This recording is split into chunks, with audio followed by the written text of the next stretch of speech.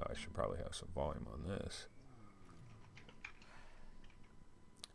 What is up, everybody? This is Anthony with VR365. What is going on? Today is Friday. It is June 28th. It is the Valve Index Day, and I do have Gary, ReckonerVR. He is joining me briefly. Now, Gary only has about a half an hour or so. He's got some stuff that he's got to work on. Oh, snap. Hold on. I'm hearing myself in another window. Okay, there we go. Sorry about that. Okay, yeah. So Gary's going to be able to join us for about a half an hour. And you know what? I'll take what I can get, because it's basically, I wanted to get his impressions of using the index for a little bit and just kind of get some impressions as far as that goes. And so we've got him for a half an hour, so why not use him to the best of our ability, right? Okay, so Gary, maybe the first question I'll ask about, I can see your box there in the background, and it's Of course, yeah. obviously, this has been a very exciting couple of days for you getting it. Well, when did you actually receive it?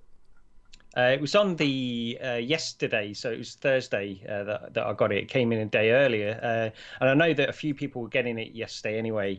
But also, I think a couple of people or a few people got it the day before that even. So yeah, they've been shipping out from various places, and I think Valve had in mind that everybody was going to get it more or less on the 28th. But as it turns out, they're down to the whims of the delivery companies and what they want to do, I suppose.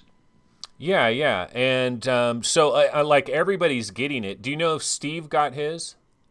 Yes, he's got his as well. I Okay. went just incidentally. I went in and played a little bit of Final Assault with Steve earlier this afternoon, just to sort of try it and just have a quick chat about the index and what we both thought about it and stuff. So it's very early days, it's really early impressions that we've got on this. So yeah, there's a lot to talk about, but there's a lot to get into as well. Yeah, I mean, and the number one thing I would tell everyone is, and everyone's going to ignore this, of course, but the rush to judgment. Everybody wants to have an immediate opinion on everything, and it's just like with the Oculus Quest. Like, you have it for a while, and your opinion kind of fluctuates. It goes up and down. It's a roller coaster ride. And I just feel like a lot of people, like, they want to have that initial take right away, Well, like it's the greatest thing ever or it's not. yeah, it is, and there's part of the reason why I'm only coming on here for half an hour, and part of that is because it's so early that I know that I'm going to get a lot of people, no matter what comments that I say on this, people are going to say, well, you're doing this wrong, you're doing that wrong, you need to try this, you need to try that. And there's a lot of that going on at the minute, just in the background.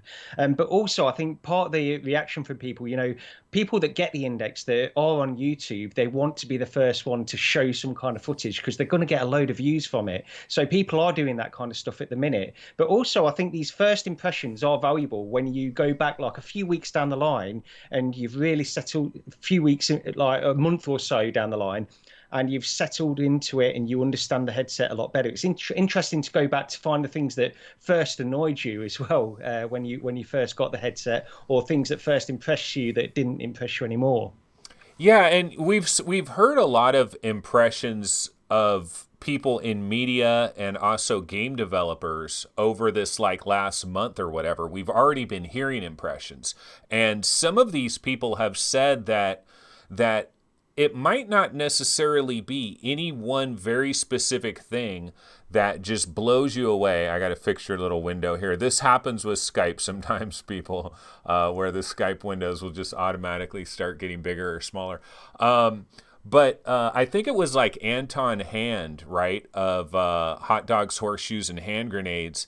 And he was basically talking about how there might not be any one very specific thing that jumps out at you about why this is, like, a really great headset, but that it's like all of them, when all of them combine. And so, and Mm. sometimes if it's a situation like that, like, it may take you like a week to, like, appreciate all those different factors that are combining. Yeah, and we should remember as well that these developers that we're talking about, that they've had the Index for a very long time. They've got used to it. They know the nuances and this kind of stuff. And if that's the impression that they've generally got from this, then I think to a certain extent we could trust them on that, because any impressions that I give today are so early, and some things are really actually. Some things are blowing me away with the headset, but other things I've got a few little niggles from things that I wasn't quite expecting as well. So yeah. Yeah. Okay. Well, first things first. You haven't had a Vive. Well, yeah, you haven't had an HTC Vive for a long time, right? You haven't Yeah. had you haven't had Lighthouse. Or no, wait. Did you have Lighthouses because you borrowed someone's Pimax? Did you have to use Lighthouses for that? Yeah, I borrowed the lighthouses as well, though. So Did you yeah, just that was set the them last time. Did you just put them on like a shelf or something Yeah, and I did, just and tilt they, them? they work pretty well though. They work fine. I've never really had any problems with like tracking issues with lighthouses at all. What I did have before, because the guitars that are over on my wall, people have seen them before. That before the position that I had them in, I did have to cover them up before when I had lighthouses and I used the Vive. But this time, everything's just seems to be flawless without me having to cover anything up. So. What did you like? But going through the setup, because like when you get this box, it's a gigantic box. It's got a million little bits and baubles inside it. You know, you got to set your lighthouses up and all of that. You got to do like connect it to your computer, and probably there's some little. You got to go through the initial software setup. Was how how would you rate the complexity of that whole process? Oh, it's easy. It's really not a problem at all, and went so smoothly for me. The with the Pimax, like the Lighthouse setup and the Steam VR thing, even that with that was no problem at all. There was a little bit of a hassle with the Pimax when I tried it with the Pi Tool software, and I know a few people had a few problems with that, but even that wasn't a big deal. This with the Index went really smoothly. I connected it up and everything was fine. The one thing I will say, just while I'm on the setup and that kind of stuff, since that time, whenever I've turned on my PC again, for some reason I do have to disconnect the Index and then reconnect it before it's recognized now. I don't know why that is, and that happens with intermittently with some other headsets. I've had that happen with my Rift as well from time to time. So hopefully it's just some kind of Steam VR update they need to do. So, are you talking about like unplugging the HDMI or HDMI and USB, like unplugging both of them, or just the USB, or? Well, what I do, because it's got this little connection that's halfway down the cable, which is like a proprietary connection where you can just disconnect that, disconnects everything, power, USB, everything, and then plug that back in again, and then it picks it up straight away. There's no problems then. Oh, And there are, I think there's a few little niggles that people are having, like with the audio and stuff. Some people are having problems with some of the audio. I was speaking to Fleet Roger earlier on today. He was saying that he was having some problems with the audio not being recognized until he did a certain thing and then go back in. But I don't know too much about that. I've not had any problems myself. okay, okay. So like when you first put the headset on and first fired it up and you first saw the screen light up and all of that, like what were the thoughts that were going through your head in those first couple of minutes? Well, yeah, because what it is, you see this setup guide on the Valve website where it shows you how to put the headset on and this kind of stuff. And I followed that exactly as they shown it in that video. So I thought I'm going to do this properly. And I put the headset on, and then you pull the strap down, then tighten it up and stuff. But I could already see the image then, and the eye relief slider was all the way in, so I was getting the maximum field of view as soon as I put the headset on, and that was good. It was a nice little jump in field of view. I noticed that immediately going from the Rift S, but the screen itself looked really good, and it's not just down to pixel density or resolution. I think the optics, they've got some kind of clarity. It's just got this clarity to them, and if you compare it directly with the Rift S or something like that, I wouldn't say like immediately I felt like, wow, the Valve, like this Valve Index headset is taking it to the next level. It's not like that, but it is particularly clear. It's particularly sharp, and that was something that I noticed, as well as the field of view. And the field of view really was something that it surprised me that I noticed that so early on, because when I tried the Pimax, I was more impressed by the resolution immediately than the wide field of view on that. But with the Pimax, you sort of hits you when you go back to a Rift kind of field of view. And I think by trying the Pimax, then going back to the Rift, and then going back to this, I was a little bit more appreciative of it. Perhaps, I don't know. Okay, okay. And man, I had a question now I forgot it. But so like basically like when you started firing up some games, did you? Oh no, I know what I was going to ask about. Okay, so regarding the FOV, what everybody seems to be saying is it's much more vertical. Like it's more of the up and down where you're noticing that extra FOV and not so much on the sides. And then also like you, so are you? Do you have that knob all the way, to the full max where it's as close to the eyeballs as possible? Yeah, it doesn't get any closer. And to be honest, it's almost the point where I like, because if you push this eye relief dial in, and then you get like a smooth rotation rather than it clicking backwards and forwards. And I like to dial it all the way in, and then maybe just turn it, just have a very slight turn back, just to give you a bit of room, because you can feel it touching your brow. At least I can, and it's going to be different for everybody, I know. But yeah, it's probably very slightly uncomfortable if I have it dialed all the way in, so I just dial it slightly back as well. Okay. Um, What do you think about the overall weight of the whole thing? Because we know that it's damn near almost 2 pounds, really. If you, I mean, close to 2 pounds almost. But I mean, it spreads. It seems like it would spread it very good. But based on your experience, what do you think? Yeah, if I pick this up and just hold it, it feels heavy. When Yeah. it's on your head, I didn't even factor that in at all. It didn't even play a part in my initial reaction to it. I didn't think this is a heavy headset or anything like that. It didn't factor in at all. So I don't think it's a problem. I know that technically it's the heaviest headset, but what they're doing with head strap and how it works and the comfort and this fabric, the fabric that they're using on this as well, is really nice. It's you can tell like it's got a foam behind that fabric, but it almost feels like that gel kind of thing. I think Tested mentioned this as well when they had their hands-on impressions. How it's almost like those gel wrist pads that you have. It's a little bit like that. It's not that, but you can feel the foam. But it's so comfortable and it sits so balanced on your head. I think that's what sort of elevates the comfort level. It proves that weight isn't everything with these headsets. Yeah, yeah. And what about the controllers? I mean, because have you ever tried Knuckles controllers ever at any kind of trade show or anything anywhere? No, no, never. This was the first time. So yeah, the Knuckles controllers were Um, uh, at the moment, I'm still getting used to them. This is the thing. Okay, I'm Yeah. going to have more to say when we talk about this on VR Roundtable on Sunday. I will have more to say about this kind of stuff, because just going from yesterday to today, I've noticed a difference in how I'm getting used to these controllers. The big thing for me, so you put them on, and as everybody knows, you've got this little thing that you can pull, and then it will tighten around here, and then you can let go. The way it sits, it sort of forces your hand to sit in a certain position, and you have sort of a little bit of play in that. You can sort of move it around slightly and adjust your position, but the fact is, it wants you to hold it in a certain way, and I think it's depending on the size of your hands, because I've got quite large hands, and I find myself having problems sort of with the positions of these buttons. Okay, primarily you've got a power button here at the bottom. I don't know if you can see that pretty Yeah, that yeah. clearly, but it's very very small power button, and you have to bend your thumb really far back in order to hit that power button. And the other things like the thumbstick doesn't necessarily feel that natural position wise either at the moment. Neither do the A and B buttons.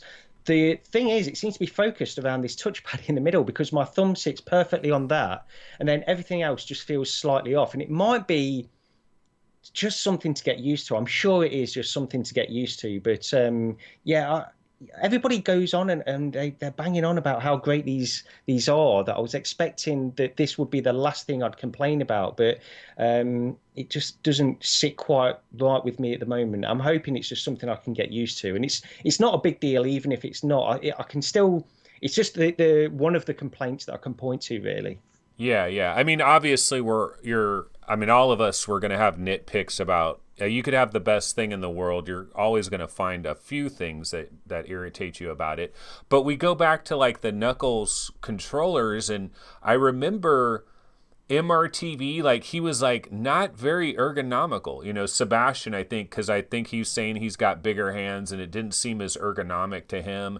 And then I remember like Thomas from like Voodoo DE was complaining, maybe similar to you in terms of the position, and I think Swee Viver was kind of complaining a little bit about like some of the way you reach to certain buttons or something seemed kind of weird. So but it's something again that you try a quick little demo and you might be like, wow, this is really foreign to me. And then you have it for a couple of weeks, you're using it every single day, and then it becomes kind of a non-issue over time.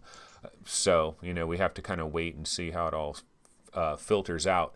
So what about like trying some different games and the 80 hertz and 90 hertz, 120, 144? Like, what were you going into the Valve Index and trying it in games for the first time? Were you more excited about playing like a recent game that is kind of graphically intense and just seeing that in the Valve Index? Or were you more excited about finding like a really old game of yours that you could probably run butter smooth at 144 hertz?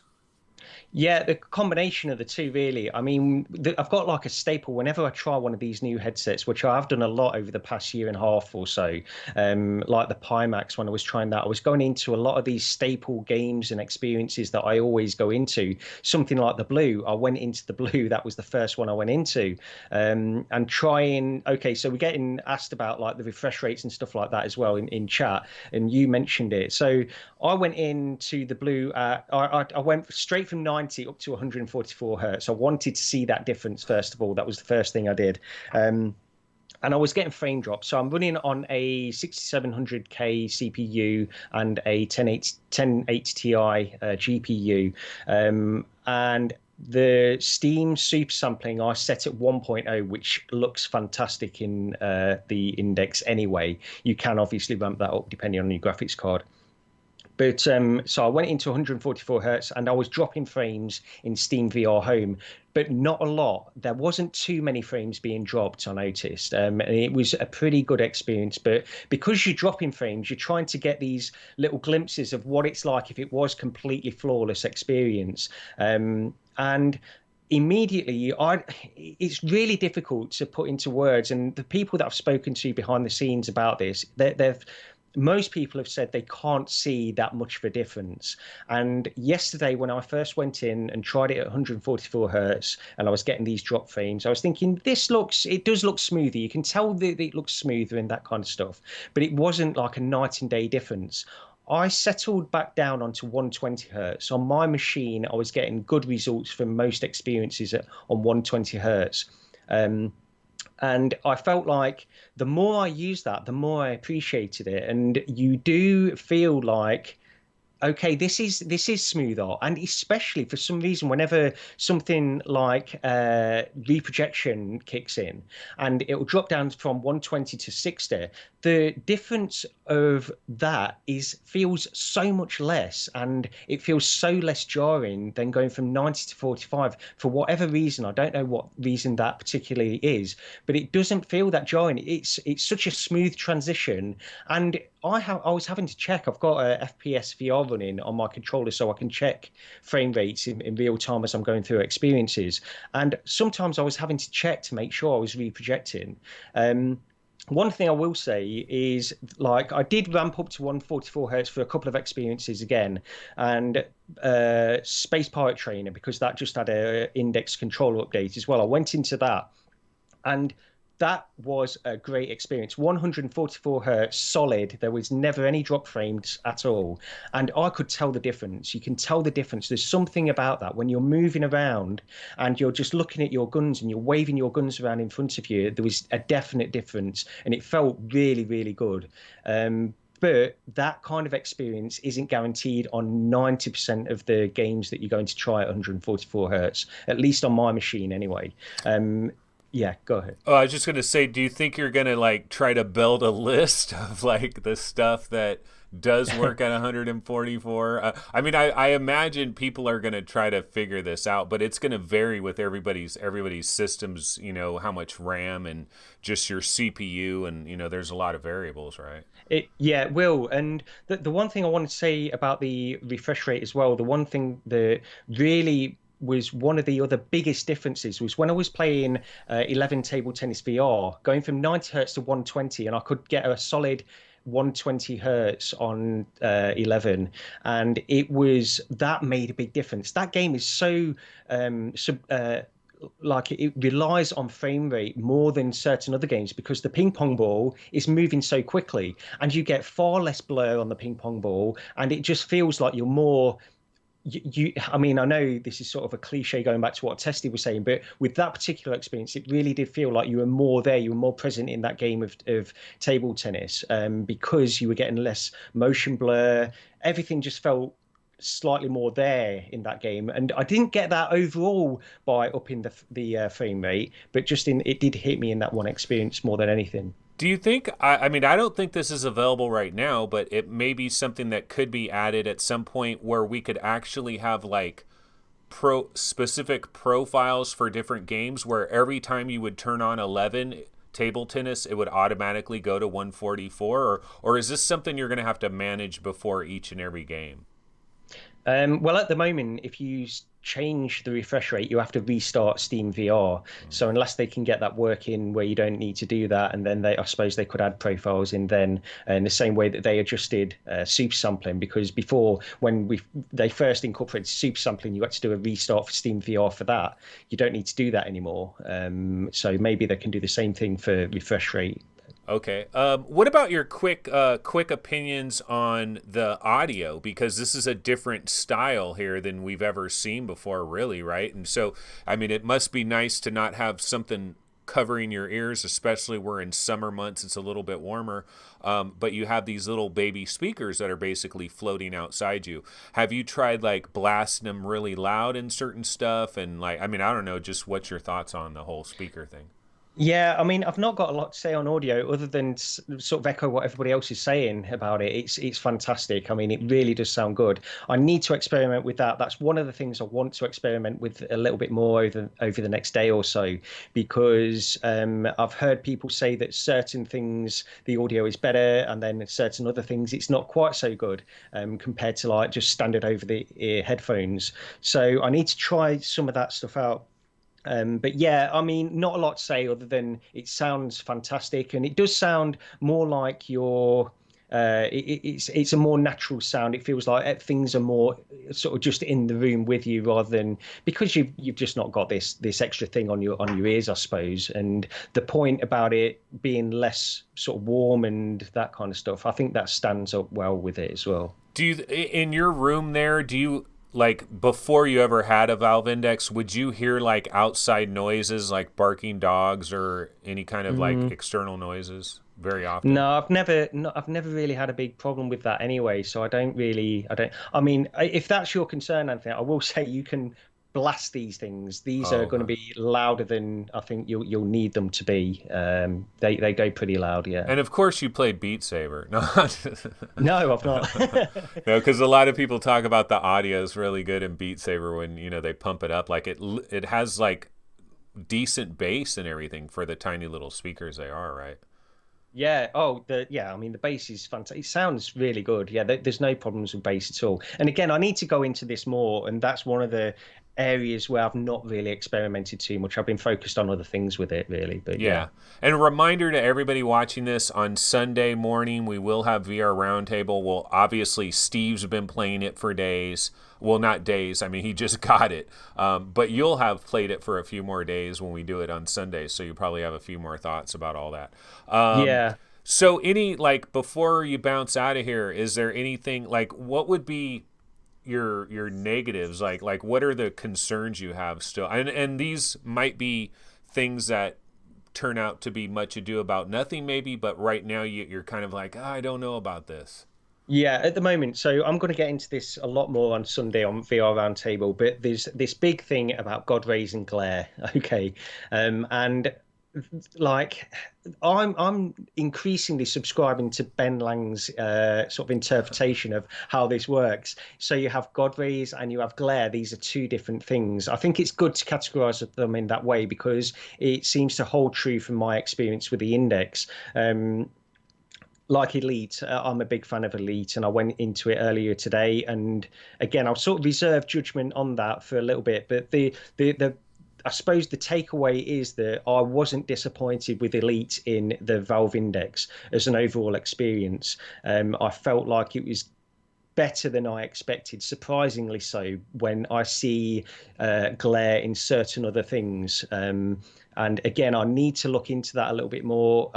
It's difficult, but I think if there was one downside, it would be the glare in the headset. But by no means is that something that you It's not should. worse than CV1, right? Or oh, well, No, is the not. Vive considered to be more glare and the CV1 is more God rays, or is it vice versa? I forget how they break No, that down. CV1 is generally more God rays, and these are the things, these the beams that come off. So if you've got white Yeah. text on a black background, you've got these beams directly coming off of the text. With the glare, this is more sort of on the periphery and that kind of stuff. Okay. But it's difficult to describe, and the point that I'll probably end up saying when we talk about this on Sunday and talking about the price and this kind of stuff, do I recommend it? At the end of the day, it's going back to what I've said so many times about other headsets. We all need to try these things before we make a final judgment because so many people are going to get a subjectively different experience and certain things are going to bother them that are not necessarily going to bother me. And yeah, I guess, I'll reserve judgment overall on that, but I'll get into glare, God rays, and that kind of stuff on Sunday for sure because I'm going to look into that. Okay, and last question before you bounce out here, because I know you got stuff you got to do. You mentioned going into the blue, and I thought I read something about somebody going into the blue on the Valve Index, and they were like, "Yeah, I was trying to see if the black levels, and you get to this one part in the blue, and it was like, it kind of disappointed me because the black levels, Oh. like there was something along those lines." Did you notice that at all, or? I didn't go. I know it's that one at the end, isn't it? I didn't go into Yeah. that particular part of the blue. I went into the blue whale, and then I went into the other one. They're the two that I normally go into. So I didn't see the black levels. I will say, like in Elite Dangerous, the black levels didn't bother me, but then they didn't bother me in the Rift S either. I don't think I'm quite as susceptible to as other people are to the black levels not being quite so black as certain other headsets. It doesn't bother me as much. Yeah, and a lot of Vive Pro owners will talk about like if they had a Vive Pro and then all of a sudden they got this index, like they'll say, the Vive Pro, the vibrancy of the colors. Like it's been a long time since we've had Vives and we went to the Rift and the Rift is a little bit more muted. Like it doesn't have like Mm. it's not the show floor TVs that are just blazing, right? It's a little bit more subdued. And so maybe it's probably not we wouldn't notice it as much, right? Yeah, yeah, maybe it could be something along those lines. I mean, there is sort of the one of the things I suppose I noticed immediately when I put the headset on as well is that the colours did feel probably slightly more subdued overall. But then you go into another experience, and then they really didn't. They seemed almost the same. It seemed to vary from experience to experience and game to game, really, on how affected certain things were by the how vibrant the colours were and how bright certain things were, which is strange. You'd think it'd be sort of the same across the board, but yeah. Did you try the Aperture Hand Lab thing that Cloud was it Cloudhead Games did? Yeah, Cloudhead. Okay. Yeah, I tried it not long before I came on here, actually.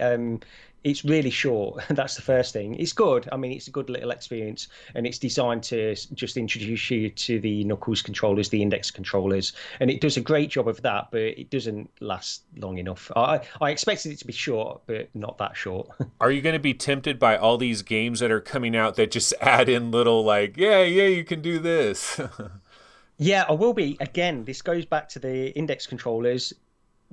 Getting used to them. I had yesterday. I was having some problems with the finger tracking, but since then, somebody posted on Reddit about how you can. That the best way to use them is to not turn them on, put them on your hands the first time you turn them on, then sort of get them all set up, turn the two index controllers on, and calibrate them that way. Because you'll find that if you turn them on and then put them on, you're messing up the calibration.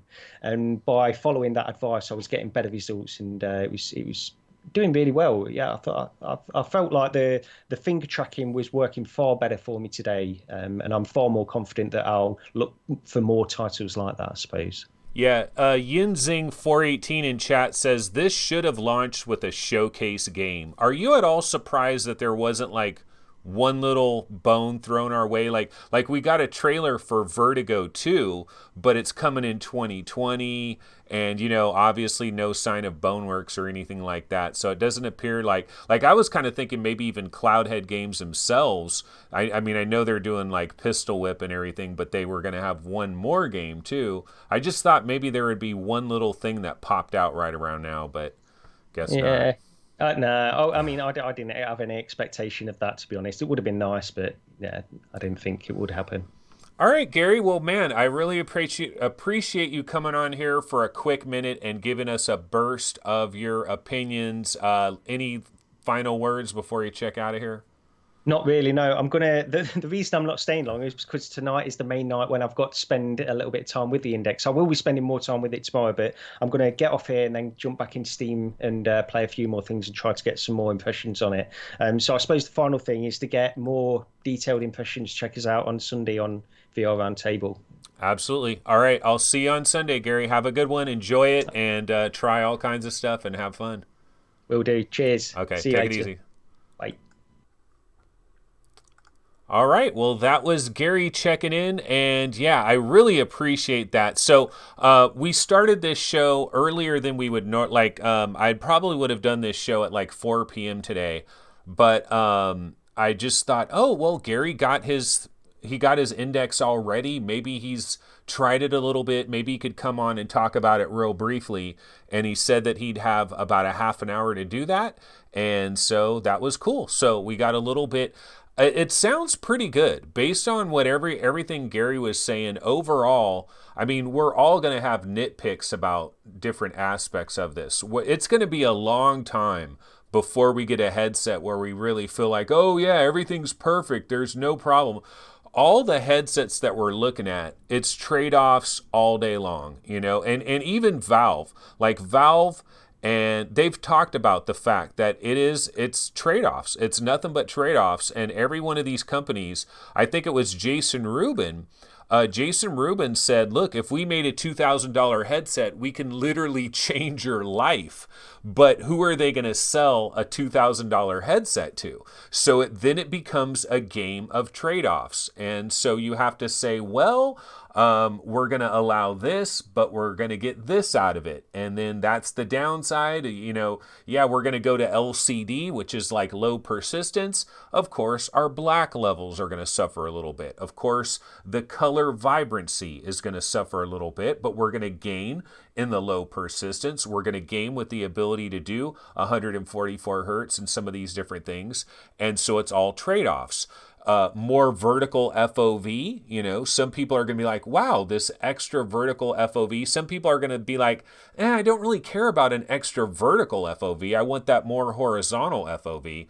So lots of questions there. I did want to say real quick, though, Frank Zappa says FOV is a farce. So he's basically saying here that the whole idea of like just turning that knob and bringing it, all the way to your eyeballs, it's kind of the same thing that you could do with the original Vive if you really wanted to use like a 2mm face gasket. And so it's kind of phony business in a way. But you know what? If you did that in the Vive, you're not getting a lot of extra vertical FOV. So I think there is some legitimate FOV here. So there is that. Let's see. I want to grab a different trailer here.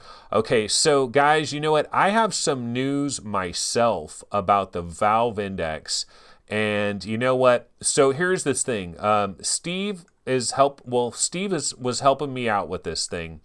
And Steve was going to hook me up with a Valve Index. And all of this was happening. Steve was contacting me. He's like, I got the Valve Index. Okay, I'm going to go to UPS to see, how much it costs to ship it off to you. And so all of this was happening like literally minutes before this little impromptu show was going to start. And so I was looking at my phone and he's like telling me all these different things.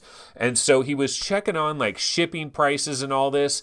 And oh my God, guys, let me tell you, those of you that are getting free shipping from Valve, where it's just coming to you and Valve is paying for the shipping, that is absolutely huge, because we were checking on the shipping for the Valve Index, and for a 3 business day delivery, which I wouldn't even get it until Wednesday, it was going to be like 150 something bucks. And then for 5 business days, which I would get it on Friday, was going to be like basically like 80 bucks. And so here's the deal. Ultimately, you know what? I decided, man, I don't know, maybe this is a bad decision. I decided to back out of the deal with Steve. And there's a couple of different reasons about it. And part of it is a lot of impressions were coming in all around the internet over these last 2 days about the Valve Index. And one of the biggest takeaways that I kind of got, like just absorbing everybody else's general impressions out there, was that, yeah, this is a really good headset. It's probably the best headset we have, but also that there isn't anything about it that you're going to put it on your head and you're going to be blown away immediately. Like, it's not the HP Reverb where you're going to put it on your head and you're going to be like, wow, look at that high resolution. So you're not going to get that instant night and day kind of situation out of this headset. From the impressions that I got from most people out there, is this is a really good headset, but if you demoed it for 10 minutes, you might not come out of that demo being like, oh my God, this is the next great thing. You know, so I kind of came away with that takeaway from what people were saying about it. And then you think about the cost of everything. And so also I was going to have to pay more because, see, Steve, what happened is Steve got a bundle where he got the normal bundle where it all comes in one box and it's like $1,000, right? But he ended up getting another bundle where it was the headset by itself, the controllers by itself, and the lighthouses by itself. And so 3 different boxes, and I think it cost him basically about $80 more to get that bundle. And that would be the bundle that I was buying. So it would cost me $1,080, and I'd have to pay another $80 for shipping, and I wouldn't get it until this Friday. And that's if I could have somebody that's over 18 at my house that signs for it, which I'm going to be at work for half of the day on Friday, and I don't know anybody that could stay here that would. Oh, actually, my son's over 18, so he could have signed for it if he doesn't have school on Friday, and if they didn't deliver it during. So it's just all these little things were going on in the back of my mind. But you know what was one of the biggest things I thought about? I was also thinking about like warranty and like how does the warranty work? You know, like Steve Drumheller, like he bought this in his name and it got sent to his address. And then so I end up with the Valve Index. Do I register it like under my name? And like I'm just thinking, like, if there was some kind of problem and stuff, how would that work out? Would I have to send it back to Steve and then he'd have to send it back to Valve? Would I put Steve's info, you know? And I was just thinking, you know what? F it. I'm just going to wait. I'm just going to wait until July 31st. The hell with it. Because it's going to cut, because if I went with the deal with Steve, it would basically cost me about $1,200. I wouldn't, and it's not like I'd get it anytime soon. I'm not getting it until Friday if I did get it on Friday. So I would be waiting until next Friday to get it. It would cost me about $1,200, and I would still have some concerns about like is it registered in my name? What if I have a problem? I just kind of like the idea that I have one on order. It's going to be in my name. It's going to come to my house. I'm not paying anything extra for shipping. And then kind of also getting into these impressions that people have all around the internet where people are like, yeah, it's better than the Rift S, but it ain't $600 better than the Rift S. You know, a lot of people are saying that. Better than the Rift S, but not $500 better than the Rift S. But it would be even more than that because I'm paying extra, you know, for the extra shipping and the extra bundle and all of that. So I backed out of the deal. Am I crazy? Am I out of my mind? And the other thing I'm thinking too, and Kevin says the warranty is transferable. Okay, at first I was thinking it says the warranty is not transferable. Yeah, so the shipping for 3-day shipping, it was going to be like $152. I would get it on Wednesday. For 5-day shipping, it was going to be like 70 something dollars. I would get it on Friday. So this shit is heavy. It is heavy. Kevin says seems way too high to me. I ship stuff all the time. No, dude, think of the index box. It is a big, huge ass box. You try to take a box, plus Steve is like back east. He's like in Connecticut or something. He's going to be shipping it all the way to Sacramento. You're going to pay an arm and a leg to ship something like that. And it's just the cost started adding up. And I was like, F it. The other thing I'm thinking too, and this might be wishful thinking on my part, but you know how I'm waiting until like July 31st because I'm in this second wave and stuff? I've always kind of felt like the second wave, like at some point we would get some emails and we would be like, oh, we're not actually waiting until July 31st. Maybe we're waiting until like July 20th or July 18th. Like I feel like it's going to be sped up a little bit. I don't know, man. Maybe a terrible decision on my part. Maybe I should have paid the piper. I could have got it next Friday and experienced the dream of the Valve Index. But oh well. Whatever. I don't know. I was torn. And all of this was happening right before doing this show. So I panicked and I said, you know what? F it, back out of it. And I hope it doesn't ruin it for Steve. Like I hope Steve can still go ahead and get this thing sold wherever he needs to get it sold, make his extra money off of it. Apologies, Steve. I apologize in a major way because like going through this entire drama thing and then not actually going through with it, like I don't know, for some reason I had it in my head shipping would probably be about $45, and you know, I was thinking of all the different like costs of it and I was like, yeah, I guess I'm okay with that. But then, you know, as shipping bubbled up, because the first thing I saw was like $152 for shipping for the 3 days. And I was like, damn near $200 to ship the puppy. And I'm just like, F it. So I guess I'm going to be waiting. Yeah, and Jim Hall says, now Anthony is going to regret his decision for the next few weeks, complaining every show. Maybe, I don't know. It's a complicated thing, and honestly, like I could probably bounce back and forth a million different times about this deal. All right, so why don't we go ahead, totally unprepared for this particular episode today. Basically, I just came home, I ate lunch, and then got Gary on, and that was pretty much it. So I have not searched the internet for different news stories and stuff like that, but we can quickly bounce around the internet and check some of the major stories that are going on or anything that people do happen to be talking about. Let's see, is this yeah, okay, so over here, oops, I got Gary's old thing on there. Let me go ahead and get this off of here, move it off the window. Okay, so this is Upload VR. Now, I did see this yesterday. Did you guys see this video yesterday? So somebody had a video. This was, I believe, in the warehouse at Valve where they actually manufacture the base stations. Like they manufacture the base stations here in the good old US of A. They manufacture the base stations here. The headset itself, China. The controllers, China, if you do it Trump style, China. But they do manufacture the base stations here, and they basically were having a party. Like Valve was kind of throwing a party where they're like, hey, you know, this is a major product for us. We're releasing this product. This is a big deal. They had some like media people that were there. I think they had some developers and stuff that were there. And then they had everybody involved with the Valve Index team. They were all there. And they had this video that came out. And so this video was out there. And the downside is, and I was going to grab footage from this video, but the truth of the matter is, you really could barely hear what the hell Gabe was saying.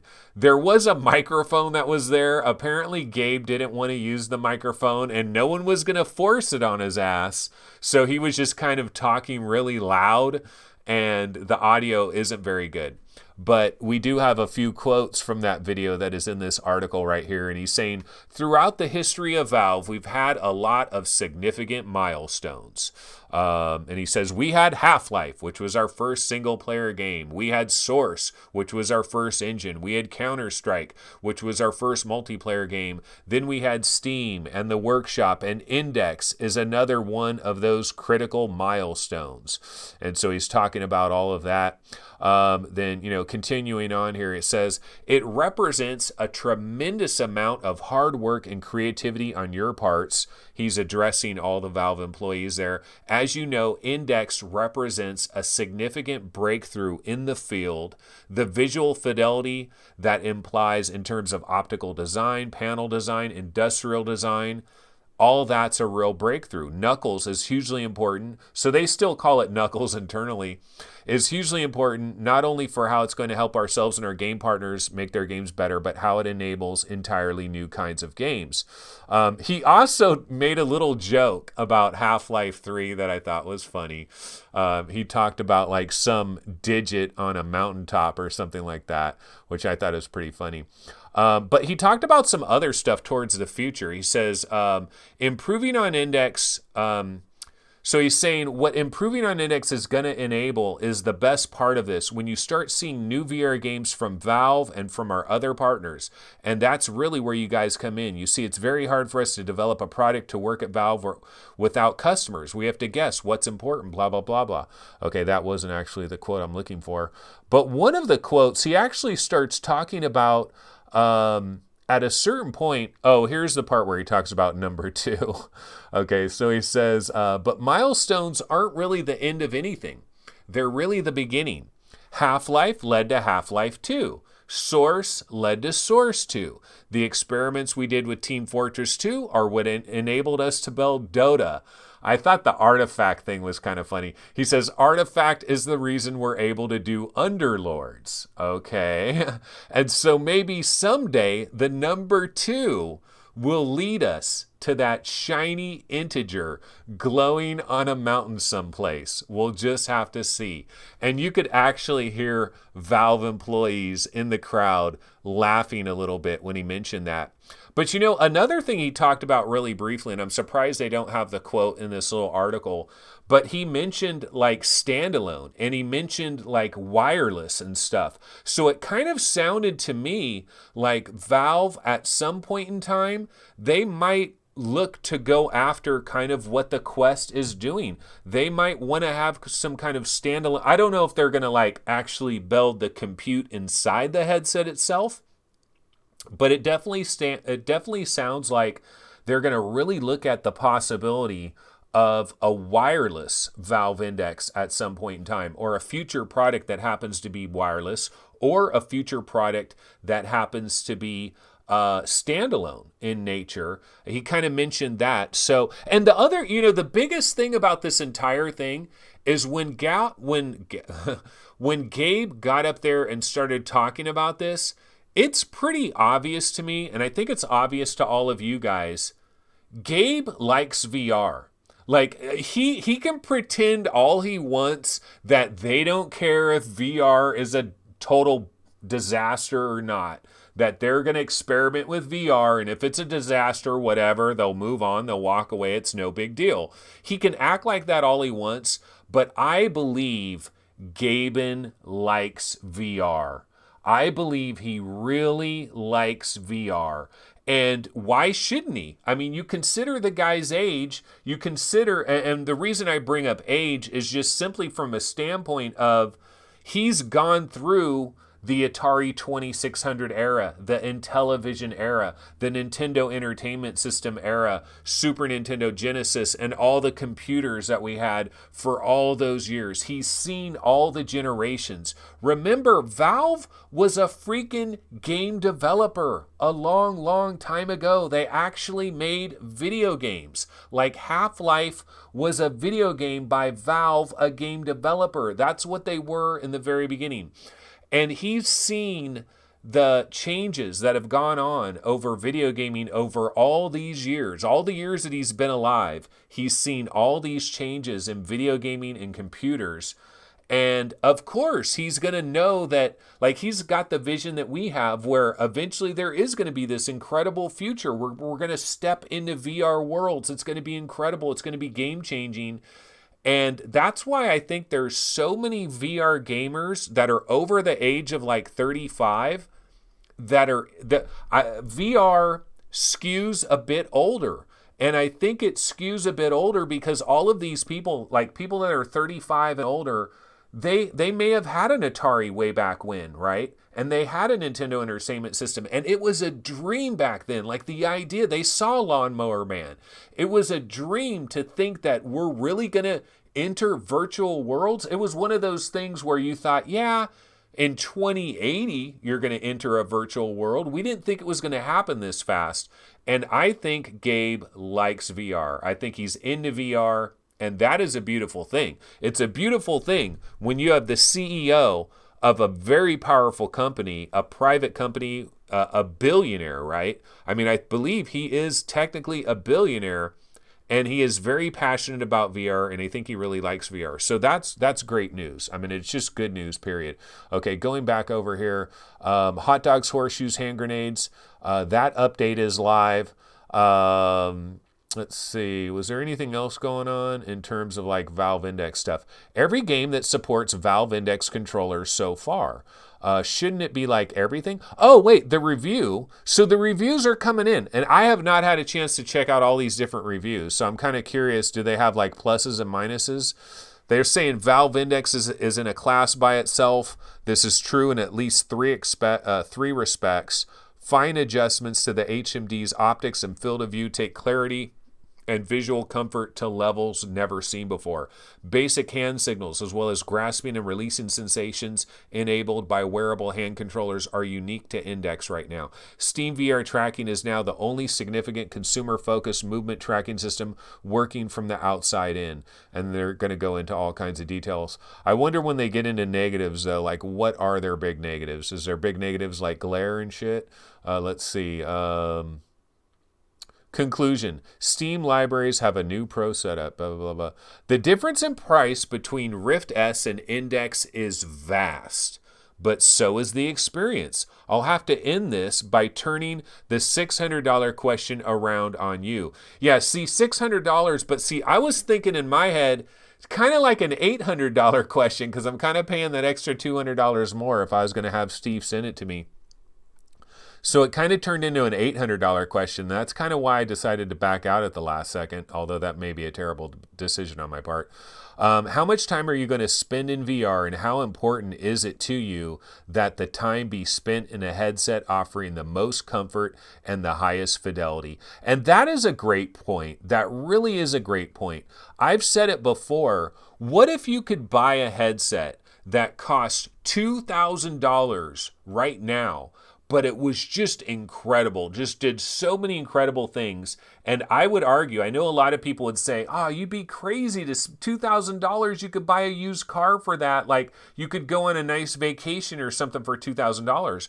But if every day of your life you're spending a couple of hours with this thing on your head, like maybe it's worth it to fork over $2,000 and have that really superior experience. Like even if you got to go take out a little small loan or something, you got to go do a payday loan or something to get $2,000 to buy an incredible headset, it might actually be worth it if you're going to be in there. Like when you start pinching pennies at this point, if you're going to be in VR every single day and you're going to spend multiple hours in VR every single day, you got to think about the value proposition of your daily enjoyment that you're having there. And it's like it's like early adopters, right? Early adopters, we always pay more. And so we might have something a year ahead of everyone else. And people are like, man, you could have just waited a year. You would have paid half the money. Like if you waited a year, you would have paid half the money. Why not wait a year? But what they fail to realize is think about every single day of that year that you got to enjoy all of that. it's worth it. It's worth it to go to a next level headset. But let's see what some folks are talking about in chat really quick. Oh, wait a minute. You know what? I don't have chat popped out. Some weird thing happened today where I was trying to pop my chat out and it doesn't pop out. It was weird. So I haven't been able to pop my chat out, but I'm looking at it over here. Phil Yarn says, one of the things that scares me about the Index is Oculus exclusive compatibility. And you know what? I didn't ask Gary about that, but I talked to him about... He has actually tried. He's tried Revive already. He's already played something in Revive. So he's already played some Oculus stuff on his Valve Index. And we didn't get into the discussion about it, but he basically said, I didn't have any problems. It seemed to work out fine. So I don't know that that's going to be a real problem there. Ray Delatorre says, yeah, but that $2,000 headset would need a powerful PC, which is going to cost you a lot more. True, that is very true. That is very true. And the Valve Index is probably going to cost people. That's the other thing too. That's also part of the reason why I didn't end up, going through with the deal with Steve is, hey, that extra $200 that I'd have to kick out, that's another $200 that could go to my next video card. And it's something to consider because look at Gary. Gary's got a 1080 Ti. And he was saying he's tried a couple of things where he had to dial back. He had to go to 120 hertz. And if you start finding a whole bunch of games that work great at 144 hertz and you're playing those games over and over again and you're starting to get used to that 144 hertz feeling, then you might get accustomed to that, and then you want everything to be at 144 hertz. But then you get Stormlands, and you're not... Stormland, why do I keep adding an S to it? You get Stormland, and you can't run it at 144 hertz, and then you got that thing going on in the back of your mind where it's like, man, I got to order a new video card. So there is that. Sponge720 says, I just dropped $1,500 on a 2080 Ti for VR today. I know my priorities. Jim Hall says, that's why we need eye tracking and foveated rendering.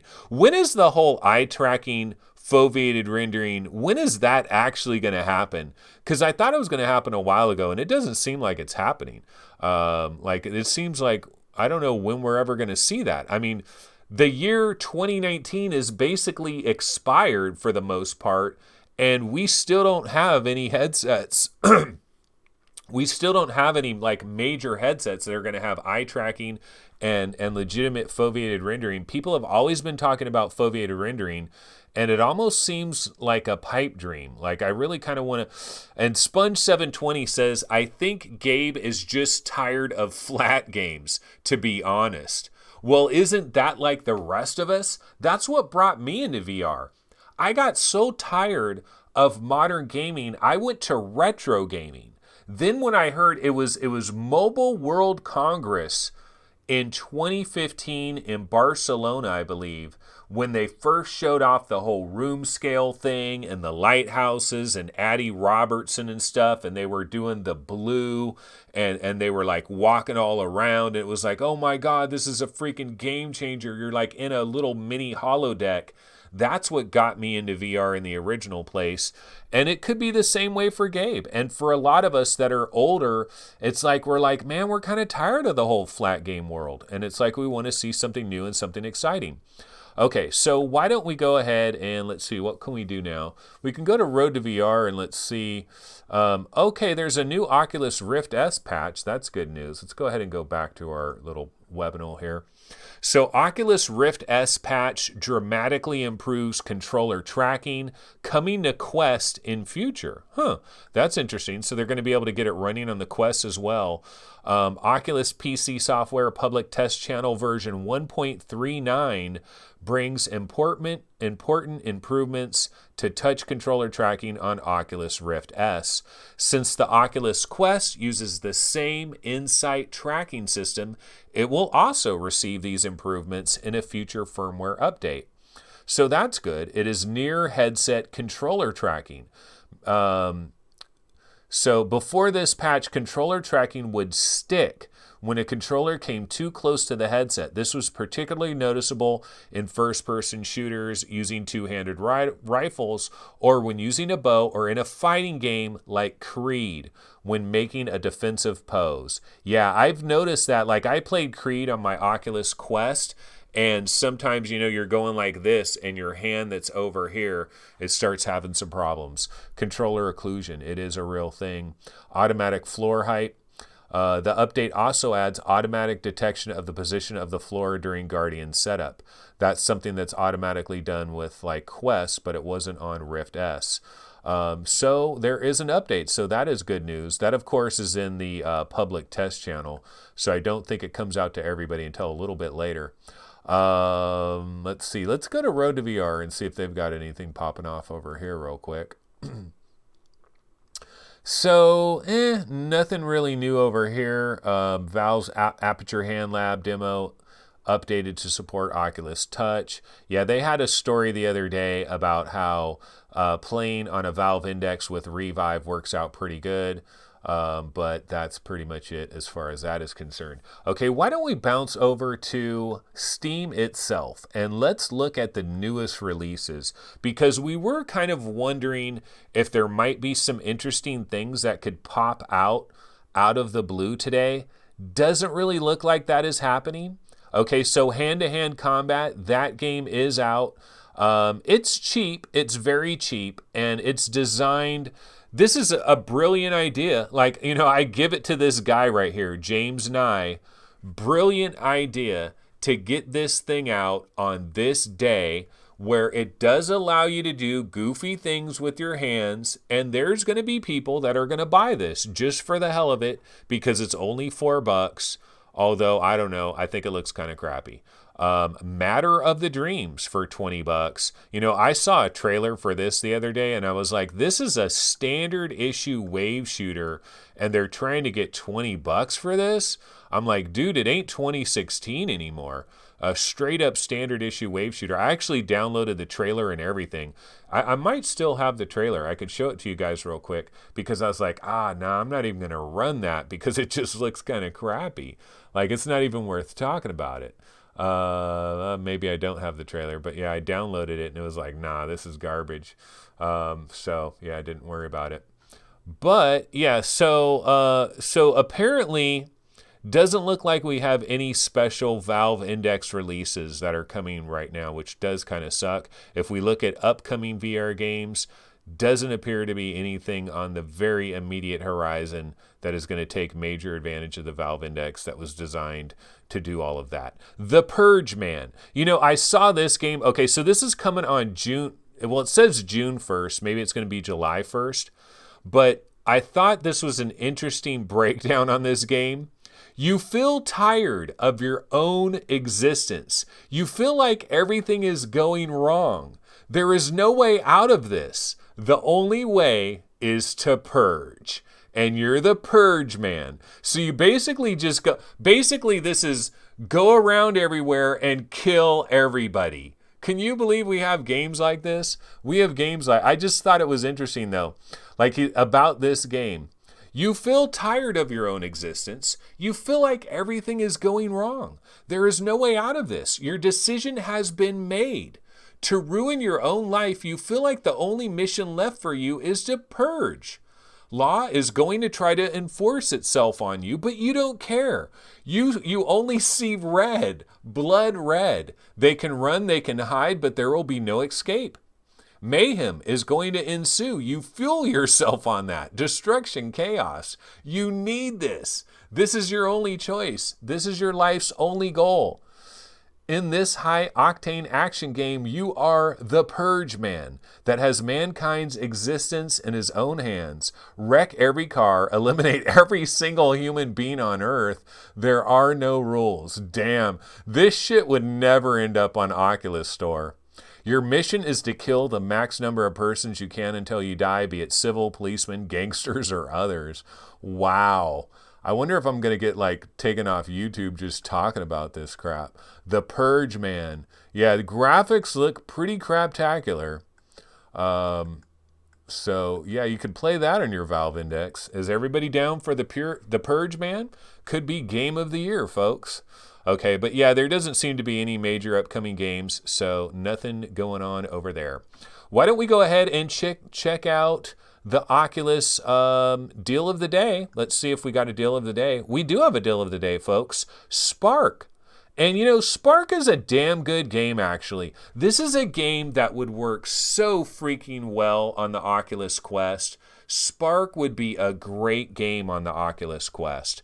But it's not on the Oculus Quest, and it probably never will be, because CCP Games decided that VR is dead.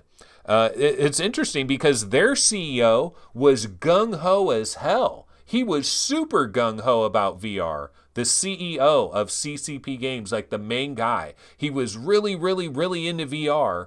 They made a bunch of VR crap, and then it didn't sell. Like, it fell so far short of their expectations that he's like, F this, we're dropping VR altogether. VR is a freaking boat fire. And he bounced out of there.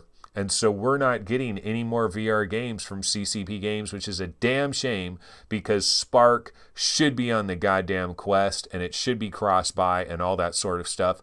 So this is going for $10. It is 50% off. You got a little over 8 hours left in that. Of course, we got the Steam sale going on, right? And with the Steam sale, you know, who cares about all this crap? They finally got a defector coming soon up here on there.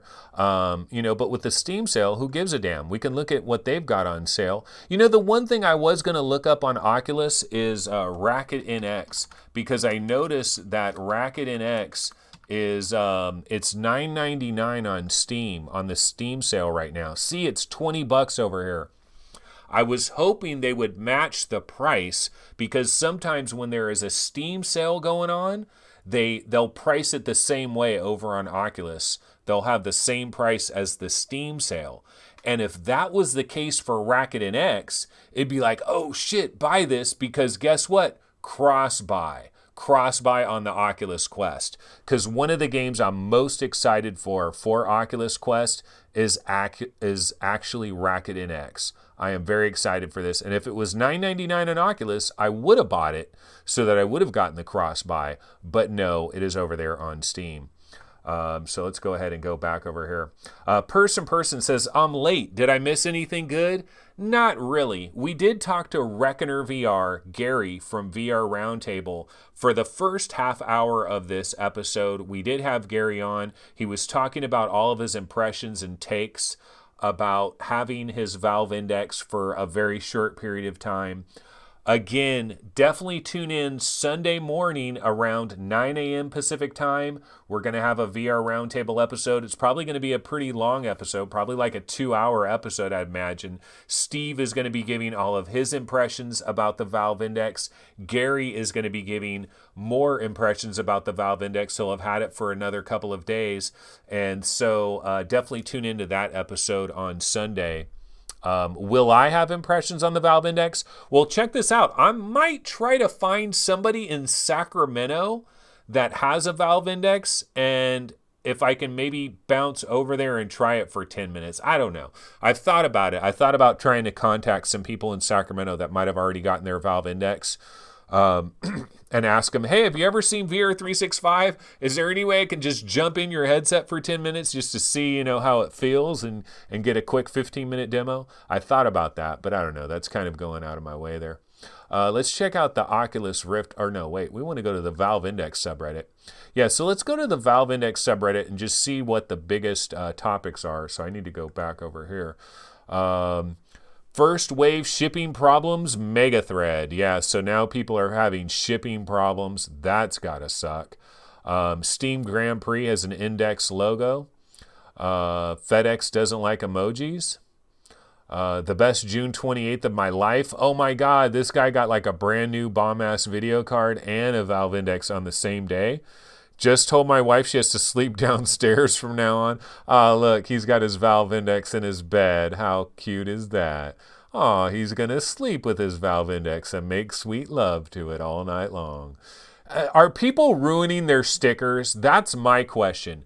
Are you ruining your Valve Index stickers like the boys over at Tested? Remember that video where they ruined that goddamn sticker? You guys better be getting a box cutter, a razor blade, a very sharp knife, or a katana or something, and slice it very carefully. Do not totally destroy your sticker.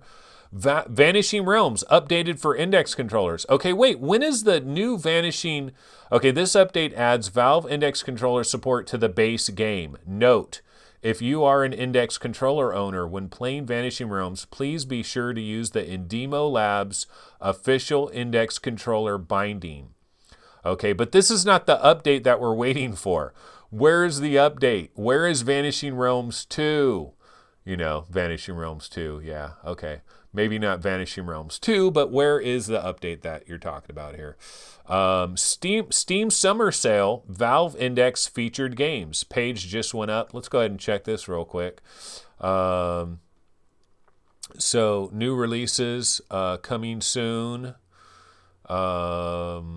Yeah, Boneworks. Man, wouldn't it be nice if Boneworks... So Waltz of the Wizard, Extended Edition, that's coming soon as well. Recently updated for Index. So Vanishing Realms, Windlands 2, Duck Season. So we got a whole bunch of games. Compound has been updated for Index. Compound needs to make its way over to the Oculus Quest, I'd say.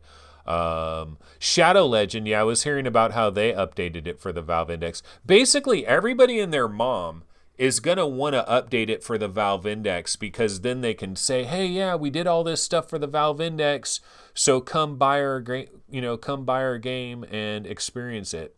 But there are a lot of good sales going on around Steam right now. A lot of good deals. They sent me Knuckles instead of the Index controllers. Oh, snap. That doesn't... And this guy goes, I'm home, but I'm meeting for... Oh, my God. Let's see this. I'm home, but I'm in meeting for work with a headset on. Please knock loudly. Oh, okay. Well, at least the guy's there. Yeah, just because they won't leave it there. You got to have a signature, I believe. Okay, let's see what some folks are talking about in chat. I cannot pop my chat out, which is very bizarre. So we'll scroll down here. Okay, Tom Lloyd says sideloading is 1,000,000% worth it because it's free, and if it messes anything up, you can always reset the device, so it's risk-free. Yeah, I guess if you could reset it. Is there any way it could get jacked, though, where you wouldn't be able to reset it? Jim Hall says sideloading is so easy now, very little technical know-how needed. Chris Duncan said Compound has a boss. Yeah, there's a boss at the end now. Paradise Decay says Talos Principle. Wow, cool price as well. Yeah, Talos Principle VR is only 6 bones right now. Laser Rob says he's just showed Quest to some coworkers. They loved it, but asked if they could use headphones because the audio was bad. Ouch. Yeah. I wonder what game they tried where they were thinking the audio was bad. Onakaze says, just don't go to Craigslist with a title of Can I Borrow Your Index? And expect the best. Yeah, no, I would have to contact some people. Tom Lloyd says, Anthony, has your Magic Leap contract expired? Haven't heard you say that name in a bit. Yeah, no, I was into the Magic Leap for a minute, and then I found out what the Magic Leap was, and now I'm not so much into the Magic Leap anymore. Onikaze says, got here late. Did Anth cover Sariento release on Quest? No, I think we covered that on Twitch yesterday. Yesterday on Twitch, we covered that. Anthony, have you heard of Telefrag? Yes, I have. I have heard of Telefrag. And Paradise Decay says, I've seen more violence on my local news. He might be talking about that Purge game. Yeah, and GNVRS Gaming says it's like a mass shooters simulator. Yeah, that's exactly what we need in VR, right? Something great for people to talk about. But anyway, folks, well, that's pretty much going to go ahead and do it for this show. This was kind of a little impromptu show, kind of a scramble. I did want to do it early today, mainly to get Gary on and kind of get Gary's thoughts. But I definitely need to bounce around the internet and find out everybody's take on the valve index. Looks like I'm going to be waiting an extra long time to get my valve index. But it's okay. It's okay. It's a decision I made. I'm good with the decision. I feel so bad for Steve, though. I feel ridiculously like I'm going to suffer some bad karma for what I did to Steve because I gave him the runaround and then I bounced at the last minute. That is not cool. And Steve, look, if you're unable to if you can't work out a deal with somebody where if it's a problem, I could still follow through on the deal. If we want to follow through on the deal, I could still do it because you could probably still ship it on Saturday and then it might get to me like Saturday or something. So Steve, get back to me if it's a major problem. But if you can possibly hook it up with somebody else, go ahead and do that. But yeah, that's going to go ahead and do it for this episode. Tomorrow, I will be back at around noonish on Saturday with another episode on YouTube. I'll try to wait for F Reality's episode to be over, which will probably go hell of long because all of them got the valve index. So they'll probably be talking about the valve index. Probably going to be a damn near 3-hour F Reality tomorrow. So maybe I'll be starting at like 1 p.m. Pacific time, because I want to let them, do their thing, and I can start after F Reality is over. So we will be back on YouTube tomorrow on Saturday, and then Sunday after Kevin Says You Should Have Went Through with the Deal. And then on Sunday, remember, VR Roundtable at 9 a.m. in the morning. Big episode. Steve and Gary are going to give us their detailed thoughts on their experiences with their valve indexes. So that'll be really cool. And that's going to be a pretty long episode. And then after that, I will be over on Twitch, twitching it up with another episode this Sunday. So I will see everybody then. So everybody have a wonderful Friday. Enjoy your valve indexes. Must be nice. No valve index for me. Oh well, I will get over it. I will survive. See you guys next time. Take it easy. Later.